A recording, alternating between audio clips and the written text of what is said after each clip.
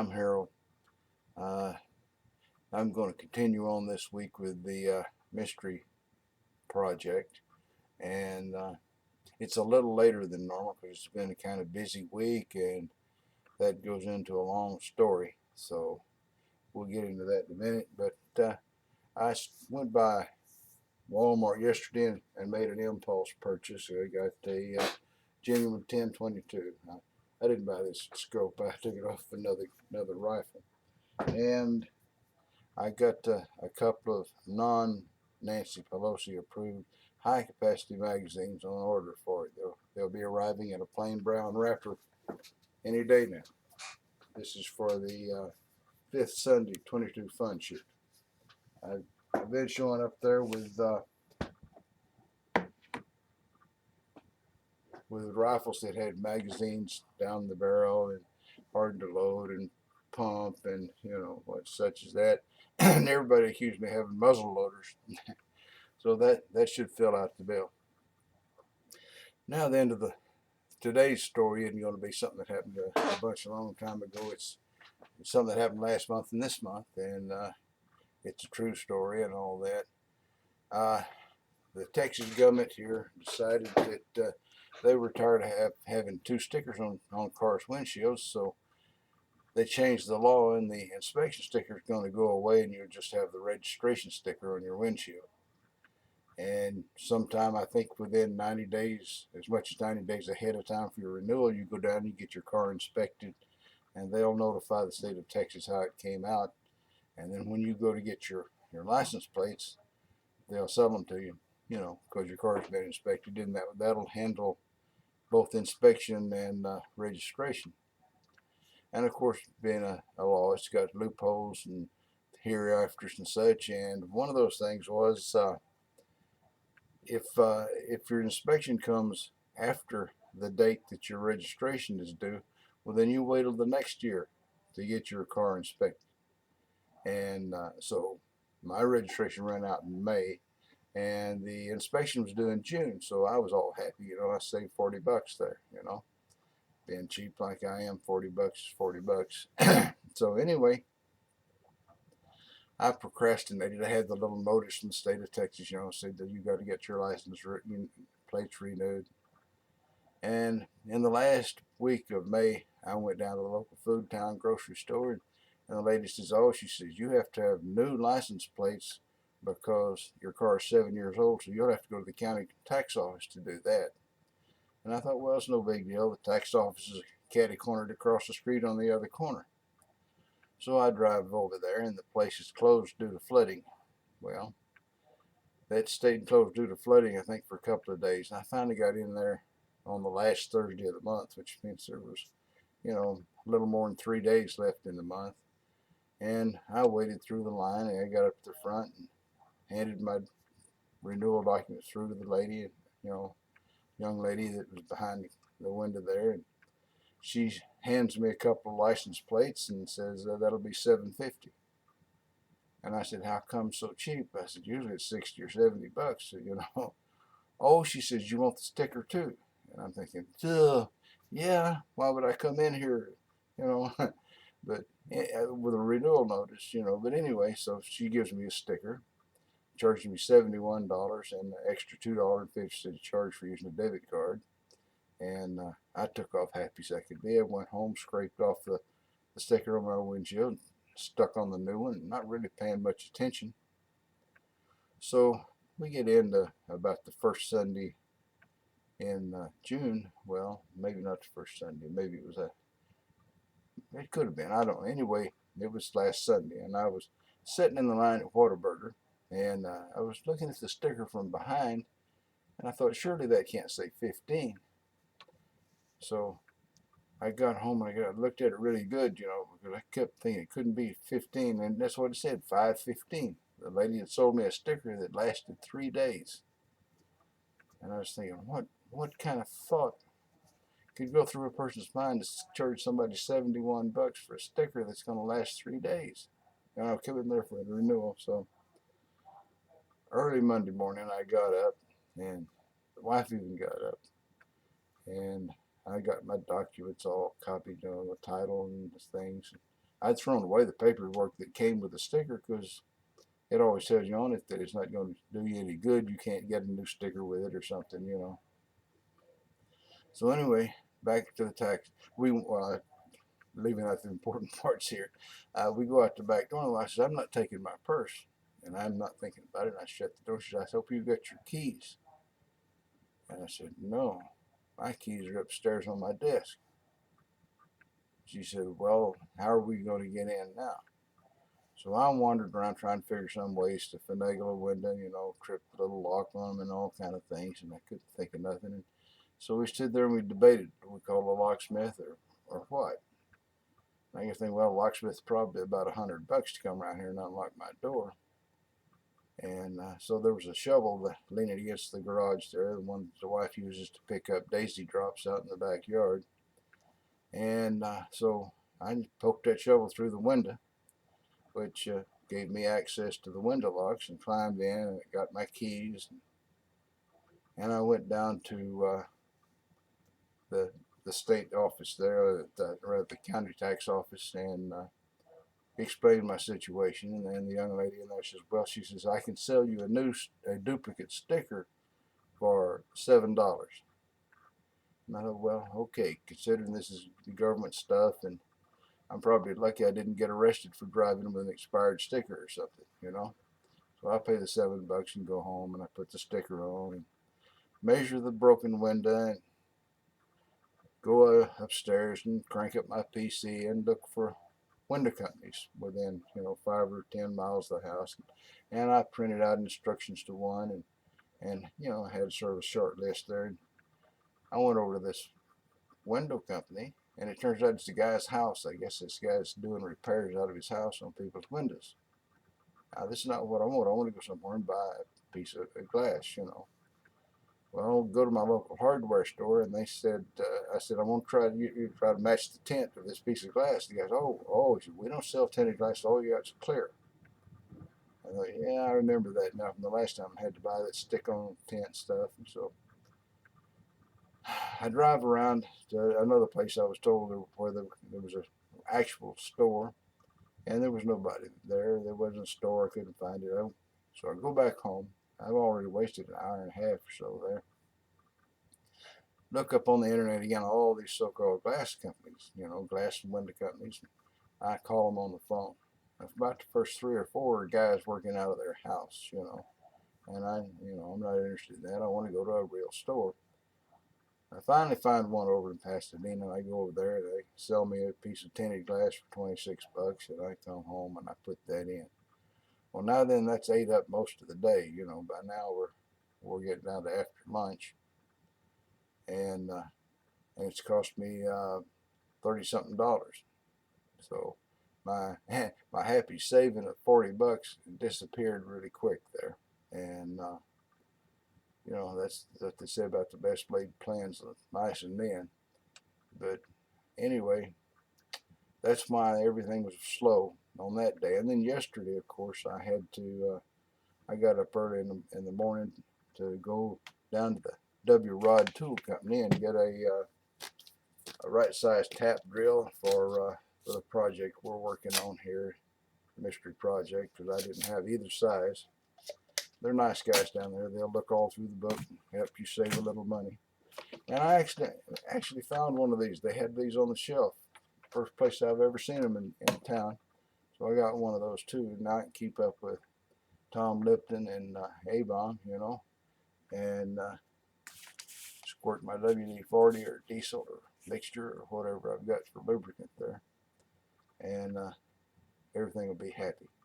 So this is actually part 2. I intended to finish this thing to you know, this week, but with losing 2 days, you know, because yesterday, like I said, in the morning I went to the W Rod Tool Company and I got the drill bit, and then in the afternoon I had to go downtown to see the eye surgeon, and they said I've got a cataract on the little sac behind the lens and a film over my retina. That's why my right eye wasn't clear after the operation. So I've got to go and get them to blast a hole in the little sac with a laser and get this. a retina specialist, which I didn't even know existed, to scrape the little film off of my retina, and then I should be able to see just perfect. But I've got to wait about 3 months, or 3 months after the surgery, so that little sac will shrink down tight around the lens. It seems your natural lens in your eye is about 4 millimeters thick, and the replacement lens is about 1 millimeter thick. So that little sac that they put it in has got to shrink down. Anyway, so I didn't get finished with the project. Too many interruptions and so on, and maybe too lazy and everything else. Today's video is going to be kind of a long one, and I know I'm far enough along. I'll finish in part 3. So I've talked too much. Let's go on with the work. This is the biggest rod that'll pass through my chuck. So that's what we're going to use here to make a boring water bore this thing between centers. And there we go.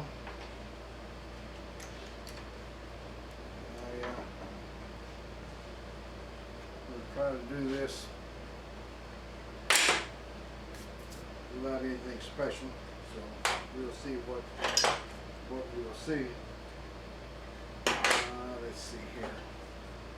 I guess I need to find something to hold the tool.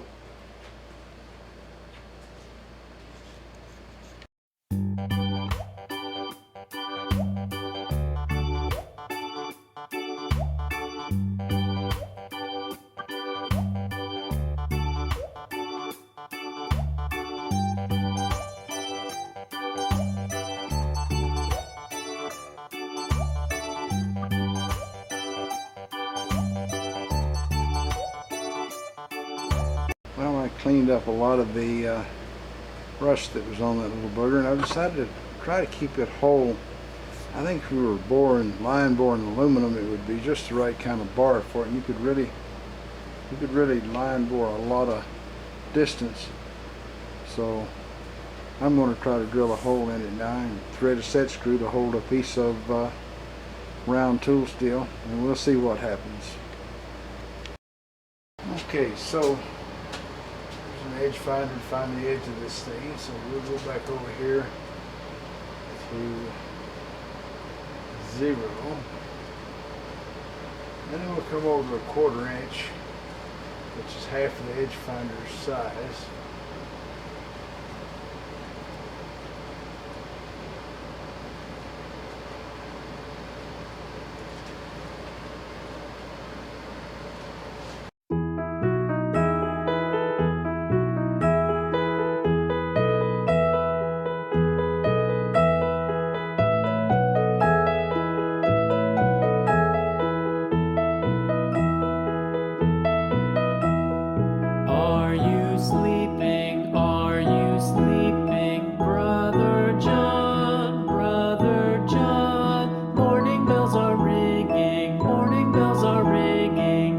I've got a hole here for the boring tool bit, and I've located the spot here for the set screw.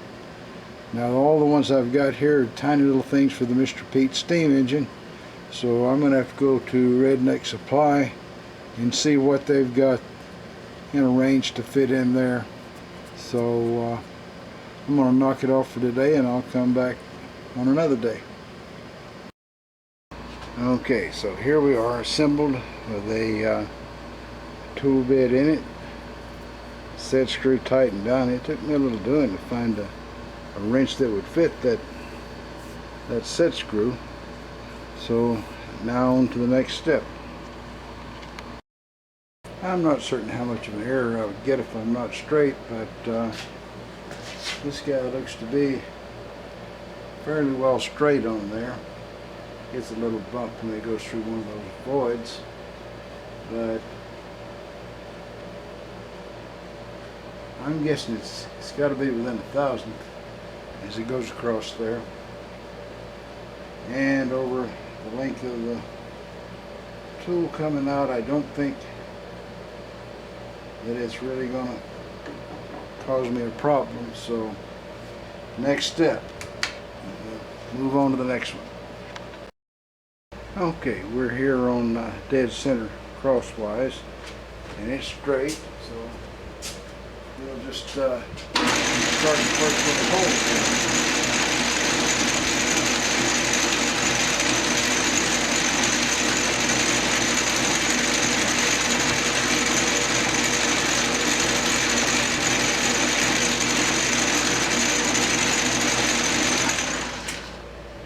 Alright, now then, we get a better size.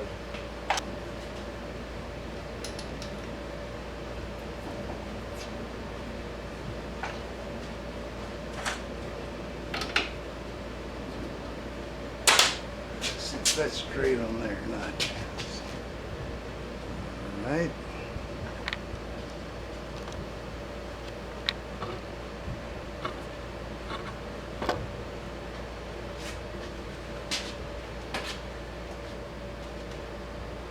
Okay, come on in from here.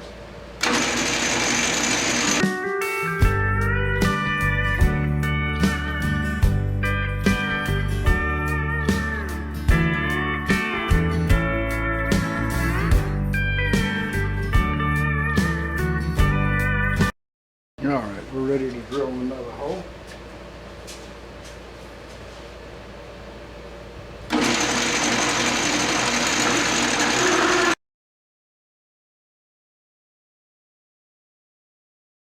Okay, so now we've got to get that little cutting bit back far enough inside the hole there that it doesn't start making too big a hole for me. So, just set screw a little. Shove it down in there if I can.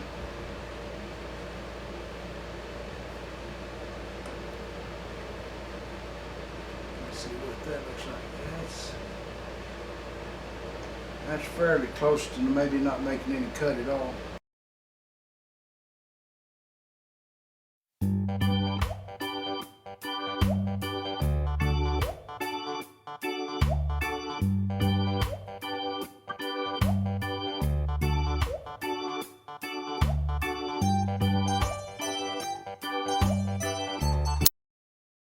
Well, I've cut all the way through it, and instead of using a pair of calipers now, I need to go upstairs and get a micrometer, bring out here, and the boss lady wants the grass cut, so I think maybe I ought to knock this off until tomorrow, because when I get through cutting the grass, I'm going to be pooped.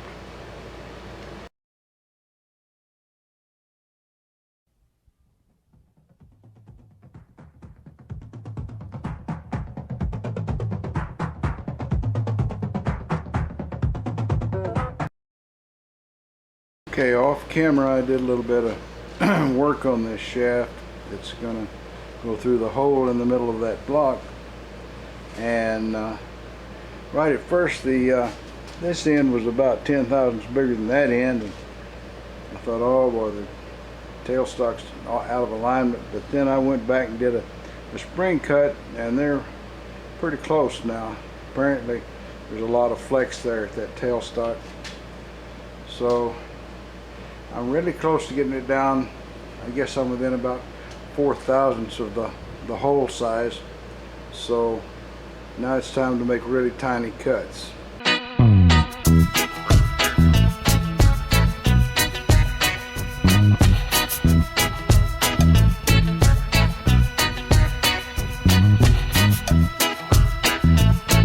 Alright, so the oil in it, that thing fits on it.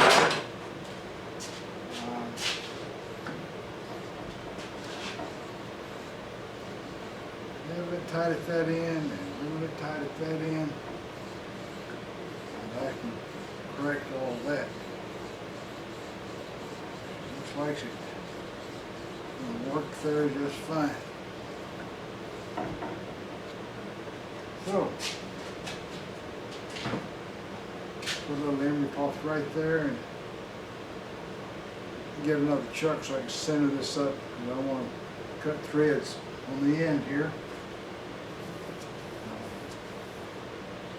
It's almost over with. I'm going to cut a 5/8 18 thread on the end of this thing. So I had to drag out a tool I rarely ever used, which is that steady rest. and it's got the plain old brass fingers, but I'm sure slow speed and just one little thread there won't cause any overheating or undue friction, so we're going to start on that. Okay, I had to get my magnifier to make sure, for sure that I was on the right angle, and we're ready to go.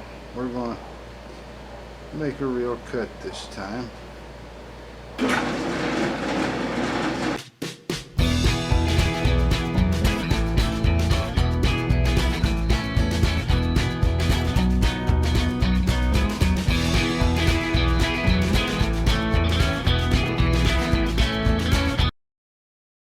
I had to stop and go to Redneck Supply and get a nut to check and see when I get down there. It wants to start, but it's not through, so we'll just keep on keeping on.